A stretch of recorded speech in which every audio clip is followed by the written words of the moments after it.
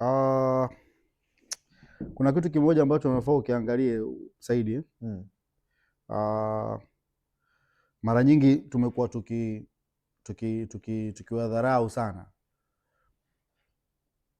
wachezaji wetu wa ndani, na hii ni kasumba ambayo imetupelekea kuwa na vitu vingi sana katika ligi yetu. Lakini kitu ambacho watu wanafaa kufahamu ya kwamba wachezaji wengi wa ligi yetu ya ndani wanapitia mambo mengi sana. Nitakuonyesha kitu kimoja hapa kwa haraka kiuhalisia, kabla ya kukuelezea hichi ambacho nimekuambia mwanzoni. Kocha wa Yanga ameisaliti Yanga tena kwa mara nyingine. Naamini alikuwa anataka kuprove kwamba alichokifanya Zanzibar hakufanya kimakosa, lakini sivyo bahati pia hata hapa bara hakikumlipa, na kile ambacho watu wengi walikuwa nakipigia makelele ndicho kimekuja kumlipa na kubadilisha taswira ya mchezo mzima. Lakini pia kocha wa Simba anacho kujifunza pia. Unapocheza na klabu kubwa kama ya Yanga na umebato nayo, umeweza kupata goli 2 za haraka, wamerudisha goli 1. Nilikuwa nategemea akirudi atarudi na kiungo mwingine mkabadi ya kuja kumsaidia Yusuf Kagoma, lakini sivyo bahati, mambo yakawa tofauti. Akarudi katika mfumo ule ule na aliendelea kuamini kwamba bado anao uwezo, kati tempo ya klabu yake imeshuka, na hapa ndipo ambapo Yanga walienda kudominate mchezo wote na kuhakikisha kwamba wanakwenda kumalizana na Simba kwa asilimia kubwa, na kuingia kwa Yao Kwasi Atola na kuingia kuhama eneo la Max Mpia Nzengeli kuja kwenye midfield kuliimarisha sana Yanga. Yanga ina strength kubwa ama ina nguvu kubwa katika upande wa midfield, na baada ya Max kuja pale akauimarisha. Angalia goli la pili linapopatikana, goli la kwanza linapopatikana, juhudi kubwa za Max Mpia Nzengeli pamoja na Duke Ogabuye. Wote ni viungo ambao 6 na 8, lakini wote wako ndani ya box. Jiulize kwenye midfield alikuwa amebaki nani? Kwenye midfield alikuwa amebaki mtu kama Yao Kwasi Atola ambaye ameshuka, lakini pia mabeki wakawa wameshapanda tayari, kila kitu kwa accurate. Yanga walikuwa na game plan nzuri sana, na Yanga walionyesha high level of maturity kwamba hawakupapatika baada ya kupoteza ile mechi, wakafanya kila kitu kilicho bora, wakarudi mchezoni. Lakini kocha wa Yanga, mimi bado naendelea kusema kuna vitu ananinyima kwenye klabu ya Yanga. Beki namba 2 wa klabu ya Yanga, Yao Kwasi Atola, akiwa yuko fit kama ambavyo ameonyesha mwalimu kwamba niko fit na ninahitaji kulipa fadhila kwa klabu ambayo amenivumilia nikiwa mgonjwa mpaka sasa hivi niko fit. Ni kosa la jinai kubwa sana kumruhusu mtu kama Yao Kwasi Atola kuanzia bench kwenye mechi kama ile, na ndio kosa ambalo mwalimu amejifunza, na ninaamini kutokea hapa ile namba ya pembeni itakuwa kama namba ya Boka na Shabalala. Utacheza wewe, nitacheza mimi, utacheza wewe, nitacheza mimi. Yule ambaye atakuwa na best performance atapewa nafasi, lakini kumwacha Yao Kwasi Atola nje kulikuwa kumemfanya mwalimu akashindwa kufanya vitu vingi sana ambavyo vilimpelekea mwalimu yeye mwenyewe kupoteza mchezo. Lakini ukiangalia mustakabali mzima bado mwalimu alikuwa na wakati mgumu sana wa Yanga.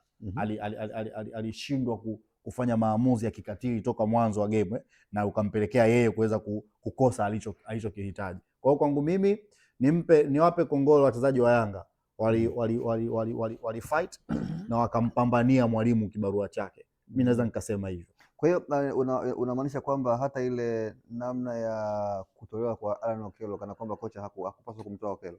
Sikuona sababu ya Alan Okello kutoka, kwa sababu alikuwa na performance bora sana mechi zote 2 hizo ambazo Alan Okello anatolewa. Alikuwa na performance bora sana. Alipaswa kumaliza mechi, lakini kwa sababu watu watakwambia kwa sababu ameingia mzawa, ametoka Okello ndio maana tuangalia. No, angalia kitu ambacho Okello alikuwa anakuofa na kitu ambacho Manengo amekwenda kukiofa, ni vitu viwili tofauti. Kwa mimi bado mwalimu wa Yanga anatakiwa kujifunza kitu cha ziada kwenye haya. Kuna minong'ono imeanza kusambaa kwamba bwana, hata zile sababu za kuingia kwa Yao Kwasi, lakini pia kuingia kwa nani huyu Depu, kwamba kuna simu bwana ameita kutoka kwa rais wa timu. Minong'ono inazungumza kama ni kweli basi Engineer Hersi Said ameenda kuudhirishia ulimwengu kuwa anajua mpira. kama ni kweli hicho kimefanyika, Engineer Hersi Said ameenda kuingilia kazi ya mwalimu, lakini ameangalia maslahi mapana ya taasisi na klabu yake. Kama ni kweli na kama ni kweli, anafaa kuheshimiwa sana kwenye huu mpira wa Tanzania na mashabiki pamoja na wachezaji pamoja na taasisi nzima ya Yanga inafaa kaingilia majukumu. Unajua kuna kipindi sheria huwa inapindwa kwa maslahi mapana ya taasisi. Kama ni kweli, kwa sababu baada ya hao uliowataja kuingia, Yanga wakadominate mpira, wakadominate mechi na Yanga wakachukua mchezo. Mashabiki wa Simba wote ambao walikuwa ni wengi kuliko wa Yanga walikuwa katika utulivu ambao hauna kifani. Yanga wakawa wanatamba, kila kitu bora kilifanyika. Lakini pia marefali wameniangusha katika maeneo mengi sana, na wamefanya makosa ya kibinadamu ambayo marefa wetu wengi wanayafanya, kitu ambacho hakijanivutia, kwa sababu kile ambacho nakililia kila siku kuendekeza, hatujafikia, yani marefa wetu wa ndani hawajafikia ubaya wa kusema tuwaletee marefa wa nje. Bado ni kwa sababu tu wanaosimamia mpira wetu pia nao wanawadekeza sana Simba na Yanga. Kwa hiyo waamuzi wamevurunda. Kwangu mimi yes, Pacome haikufaa kuwa offside. Rushan De Rock Tore pamoja na Depu ile ni clear penalty.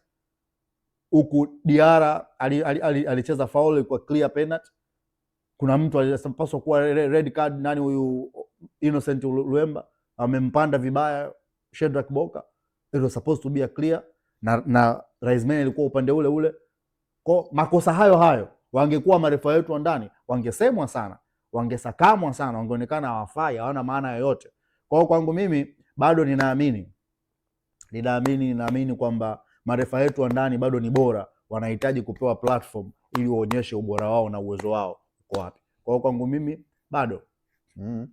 Okay, nini ambacho kimemwangusha Steven Becker kwenye game jana? Kuamini kwamba anaweza kwenda kuikabili Yanga akiwa na kiungo mkabadi mmoja. Hiyo ndio kosa la kiufundi alifanya, kwa sababu ukiangalia ile kumtoa Kagoma, waliobaki kule mbele wote akili yao kushuka kuja kudefend ni ndogo sana. Alitakiwa kuwa na defensive midfielder mwingine kama Maodo Kante ambaye angekuwa na uwezo wa kumsaidia ili waweze kucheza partnership ya kutembea wawili kama ambavyo alifanya Zanzibar. Lakini alidelay kulingamua hilo, na mwalimu wa Yanga akatumia kama advantage, akaequalize, akaukapitalize mpira. Masikitiko makubwa, Beka hakungamua hilo mpaka mpira unaisha. Yes. Na nini ambacho kimepelekea Yanga kuruhusu magoli mapema kabisa? Dakika 9 tayari goli mbili. Simba walikuja so aggressive, wakataka kuimaliza mechi mapema na wakafanikiwa kupata magoli yao yote mawili ndani ya dakika 10 na goli mbili, na kila mtu aliamini kwamba zile goli 5 za Yanga zinakwenda kurudi pale. Kila mtu aliamini hivyo, kwa sababu tayari alikuwa ameanza kudominate. Lakini sasa changamoto ya Simba, wakisha ushika mchezo, wakamaliza kila kitu, wakapata magoli, huwa tempo yao inashuka chini. Niamini mimi, Yanga angemtangulia Simba vile goli mbili, zingekuwa hata 5, kwa sababu muda wote alikuwa anakuja. Hiyo ndio tofauti pekee ambayo kwa hiyo kwamba Simba angeanza kufungwa pale, zisingerudi zile goli mbili. Zisingerudi. Nina uhakika zisingerudi. Chukua maneno yangu. Yanga wangemtangulia Simba goli mbili vile, zisingerudi.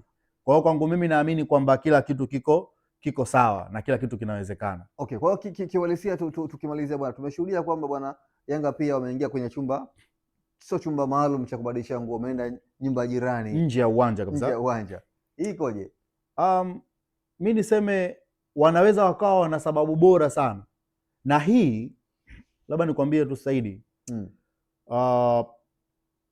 Kama uwanja wa General Meja Isamuyo ungekuwa una mazingira mazuri, ama labda ina media room nzuri, ama ina chumba kingine cha ziada, Yanga wasingetafuta namna ya kwenda mbali kiasi kile. Lakini waliangalia katika movement zao wakaona no, kuna vitu vingi haviko sawa. Unajua ni dabi, ina mambo mengi. Wakaamua kwenda upande wa pili wa barabara, ambapo ni kama mita 300 mita 30 mpaka 40, sababu ni ukitoka getini, nyumba unayoface mbele yako ndio nyumba ambayo waenda kuitumia. Sasa kwa timu kubwa kama Yanga nini anafanya hicho? Ndio nakwambia hivi, kipindi cha mapambano ya kutetea maslahi mapana ya taasisi, kila silaha inatumika. Sasa utajiuliza, lile tent walilolifunga mule ndani ile nyumba walilifunga saa ngapi? Waliwasiliana na mwenye nyumba saa ngapi? nini kilitokea. Kwanza kuona kwamba Yanga huwa wanajipanga mambo yao muda mrefu na siku nyingi sana. Ndio maana mimi nilikwambia kama sio uwanja wa Jenerali Meja Isamuhyo kuathiriwa na mvua, tulikuwa tunatarajia kupata dabi moja bora sana kuliko hata ya Zanzibar. Lakini sivyo bahati, mambo yameenda hivyo walivyoenda, wamegawana pointi, tofauti ya pointi 5. Swali ninalowaachia watazamaji wako, waniambie katika comment hapo chini, kama Simba ameshindwa kumzuia Yanga, ni timu gani katika ligi kuu katika mechi 9 zilizobaki ambazo wanaweza wakamzuia Yanga? Ni nani? Usisahau kusubscribe kwenye YouTube Mwandike Digital.